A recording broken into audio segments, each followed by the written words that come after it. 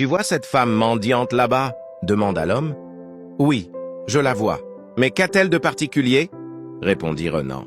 L'homme réfléchit un instant puis dit, je veux faire une petite expérience avec elle. Je vais lui donner ce pain accompagné de tout cet argent. Si elle me le rend, je changerai sa vie.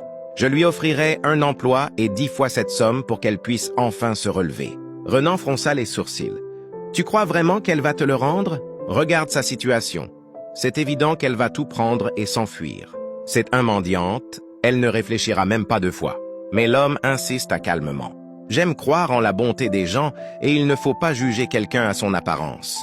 Elle vit peut-être dans la misère, mais cela ne veut pas dire qu'elle a perdu son honnêteté. Renan au sol, les épaules, à mon avis, tu vas juste perdre ton argent.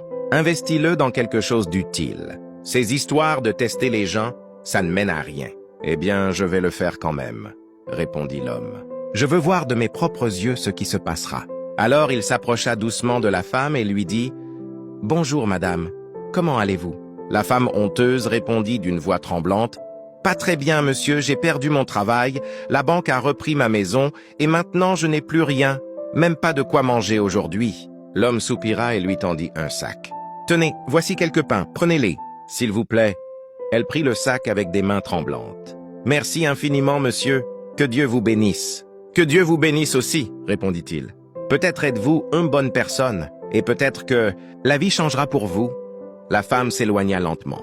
Une fois seule, elle ouvrit le sac et resta sans voix. « Mon Dieu, tout cet argent! Cet homme a dû se tromper, » pensa-elle. Elle sentit les larmes lui monter aux yeux. « Avec cet argent, je pourrais louer une petite maison, acheter des vêtements propres et peut-être même retrouver un emploi. » Elle resta silencieuse un instant, le cœur déchiré entre 2 choix, garder l'argent ou le rendre.